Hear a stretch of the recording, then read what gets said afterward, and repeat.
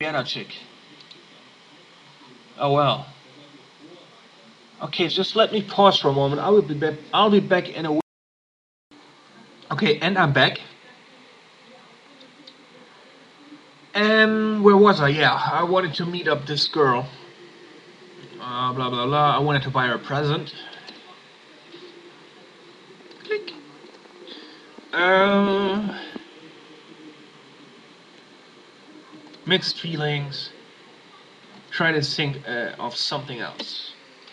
You try to think of something else, but your guilt prevents you from coming up with anything good. Eventually, the whole experience makes you resent the girl and the relationship flops.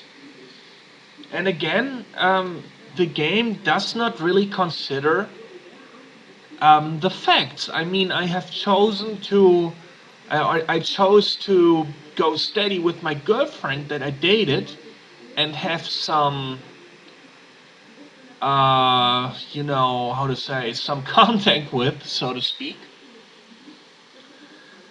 And now I suddenly want to make up with another girl and want to buy her a present. So I don't know if that's so realistic. I mean,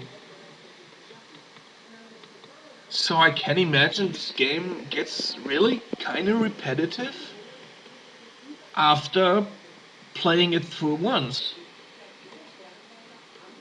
Or you forget the answers and the choices you make and play it only once a year. I mean, I played this game like 2 or 3 times before on the Commodore 64, basically.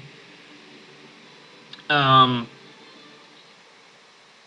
I thought it was kind of a nice game and it was kind of funny, but I think when playing it on a regular basis, it gets boring pretty quickly. Okay, still too young for this.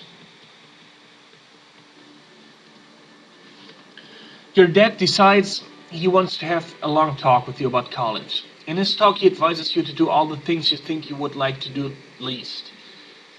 He'd suggest careers that you couldn't see yourself doing in a million years. He talks about colleges that seem dull and uninteresting. Say, son, have you ever thought of going to a military college? You get a distinct sense that he has already planned your next 8 years of your life for you. At this point, you may not be sure that you want to go to college at all.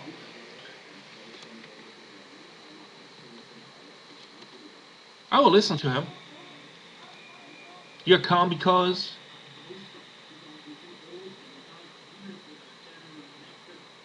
yeah, why not? I mean, I would have never done this. I would have said, I don't know. I just wouldn't have agreed to my dad was, because I didn't like it, and I think still don't like it when people want to decide for you. I mean, it's your father and he wants the best for you, but I mean, parents should have a little trust in their children to um, let them choose their own life. So no, I'm not going to say this. I'm going to say I'm going to do whatever I want. That may be so, but somewhere down the line you're going to have to come to a confrontation about it. You're avoiding expressing your feelings now. This can mislead your father into thinking he has the right to plan for you rather than offering suggestions without pressuring you to follow them. This may cause a major family fight later. Yes, but it pretty much sounded to me as if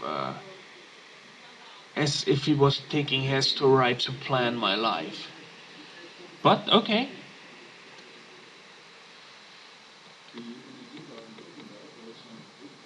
What's up at school? The teacher asked for a volunteer from the class to help an Italian exchange student Lola learn to speak English. You can? Okay. Wouldn't it be great if Lola were this incredible looking, sexy, wild, uninhibited Italian fox? It would be, but as it turns out, Lola is rather ordinary looking. Do you? Stick it through. Okay. As it turns out, Lola has a really great personality. She becomes a good friend.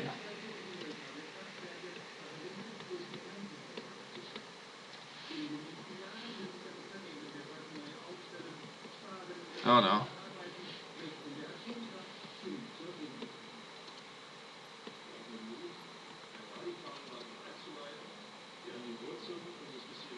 Oh, am I unattached? But why did she leave me? No, I really don't understand this.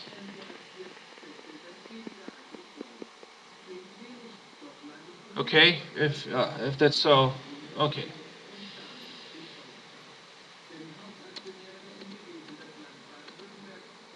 Oh, my job. What about my job? Yeah, I still have my job. Okay. I want to meet Henrietta again. No, I want to meet someone.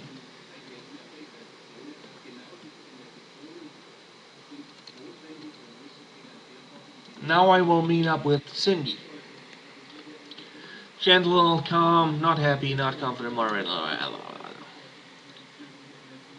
Okay. Now I want to go steady, handsome couple. Okay. Have sex. Blah blah blah. Cindy has just won an all-expenses trip, a paid trip for two to the fantastic ski resort in Vermont. She has invited you to go along with her. There's only one problem. Cindy's parents absolutely refuse to allow their daughter to take an overnight trip with anyone of the opposite sex. What will you do? Um, Cindy, someone else, come and Cindy herself. How to Cindy parents. You have decided to confront them honestly. Cindy's dad appreciates this. He answers you with the same honesty. He doesn't trust you alone in the same room with his daughter. He thinks the two of you will have sex. You mentioned that if you wanted to have sex with his daughter, it would be much easier to go someplace closer to home, like a local motel. You're proud of yourself for winning points in, in the logic department. Cindy's dad says, very true, then gets a very sinister look on his face and continues, just about the only difference, my friend, is that you did something like that close to home, and I found out about it. I would not be involved by having to travel far to find you and beat you to a pulp. Okay. And let's see, I'm still steady with Cindy, okay.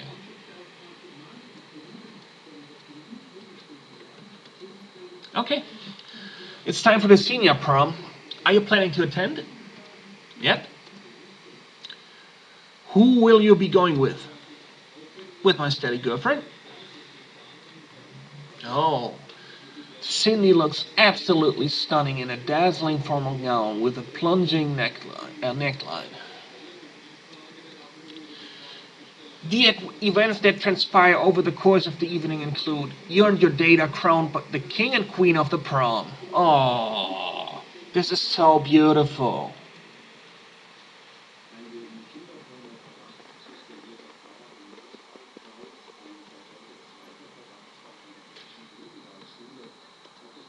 A close friend of yours has been showing up everywhere drunk lately. Although he seems to function well at his after-school job, people are beginning to talk about him.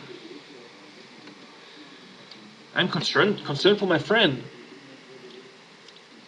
Try to help him straighten out. He denies that he has any problem. Oh, leave him alone. You convince yourself that you tried your best, but he wouldn't accept your help.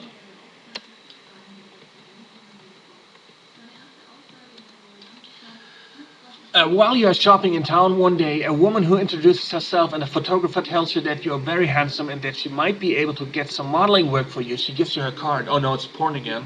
It's Rod again. I guess you feel a life of a fame, fortune, and stardom is not for you. No, actually not. Your best friend since grade school has been looking depressed and confused. Am I some modern Sigmund Freud now or something like that? Do I really have to take care about every one of my fucking friends who all want to commit suicide by jumping off the school roof? Uh, he's usually a very happy-go-lucky person, so you really can't understand what could be wrong. sympathetic, concerned. Ask him what's wrong. He tells you that there is nothing wrong, but you can see by his face that he's deeply troubled. Leave him alone. No, keep pressing him to tell you. After much hesitation, he lowers his eyes and blurts out that he thinks he's a homosexual. He's worried that if he tells any friends, they will desert him and that he will be laughed at. What are you feeling right now? Oh, I'm accepting. Disgusted. I'm so disgusted you're gay. No, I'm accepting it. It is nice to see that you're willing to be supportive. Sympathize and ask him to tell you his troubles. Offer support and suggest personal counseling. Oh, I will. Choose first. You may be asking for more work than you're willing to provide for this friend. As a result of your sympathy, he becomes very dependent, telling you his every problem, every thought, and every worry. This is bound to wear down the patience of even the most true blue friend. At this time in your life, I'm sure that you have many of your own problems to deal with. As a result, you become tired of being his therapist, and begin to avoid him. Your friendship eventually dwindles away. Okay? So I should have counseled him and convinced him that being gay is an evil thing, or what? What the fuck? I think this part should end soon. I think it ends when becoming 18, but I'm not really sure about this. And I'm actually losing money, or not? Or am I still... Yeah. Okay.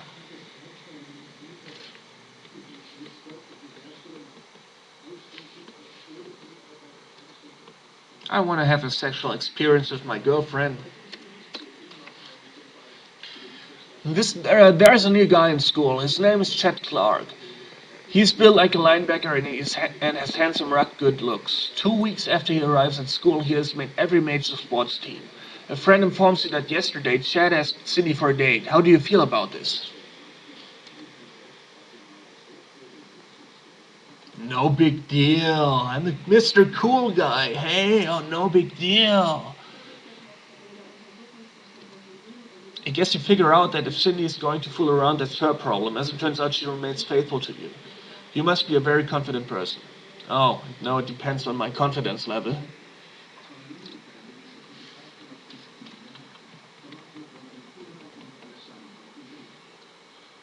Sorry, you're too old for this episode. Okay.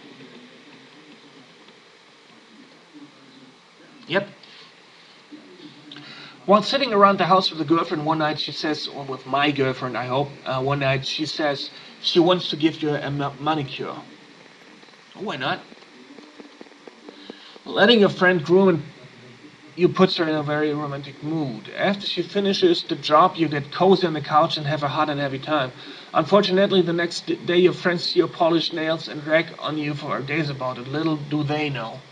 Okay.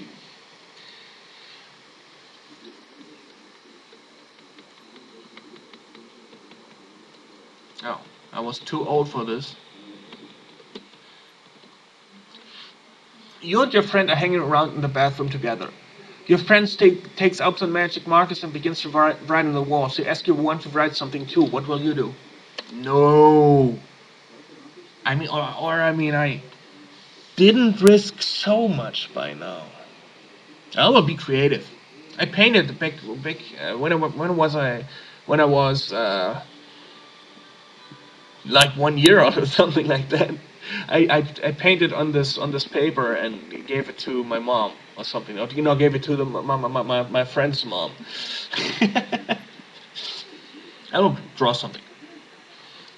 You draw a figure of a female and label some of the more interesting parts. If the labels were not so descriptive, your picture would practically be impossible to recognize. You and your friend are snickering at the picture and deciding what girl's name to put above her name when you hear the distinctive sound floosh.